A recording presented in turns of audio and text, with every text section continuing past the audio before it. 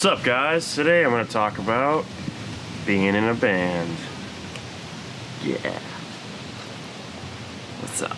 So, I've been in multiple bands over a good number of years, and one thing that's been in common with all the bands that have worked for,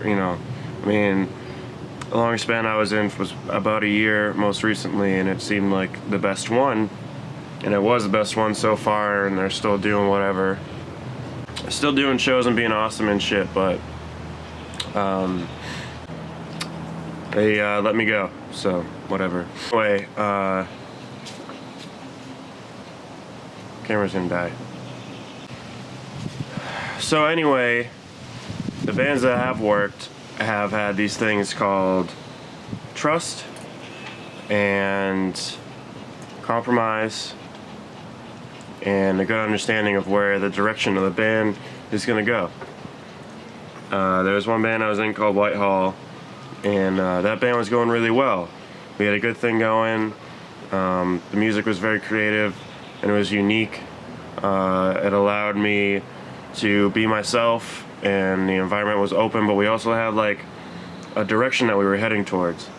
And what bit us in the ass with that one was eventually one member wasn't working out for us, and we didn't have the connections to continue going with new members, and the vocalist and guitarist had other plans in mind. We ended up all going our separate directions, which is unfortunate, but it happens, it happens very often, actually, which is okay, but certain times in bands, like especially with that one, I realized that one member out of the group might be this guy who wants to have all the attention, and you gotta not have that. If you see that in a band, usually, with your group of guys, no matter how close you might be to him, it eventually will tear you guys apart, probably, because that ego is just going to keep going up. You guys are going to keep being here. He's just going to be up here wanting to get all the attention, and then he's going to try to change how the way you guys write as a whole to cater towards his ego needs, which is, unfortunate, but it happens. There was another band before that. A lot of the other bands I've had before that one, it was simply a fact that we couldn't find a bassist or somebody like that to play with us, which also really sucks. The way that I've learned to have an attack plan towards fixing that issue is recording what you have with the members that you have, getting a good sound, getting the sound that you want, so you can say, hey, do you want to join?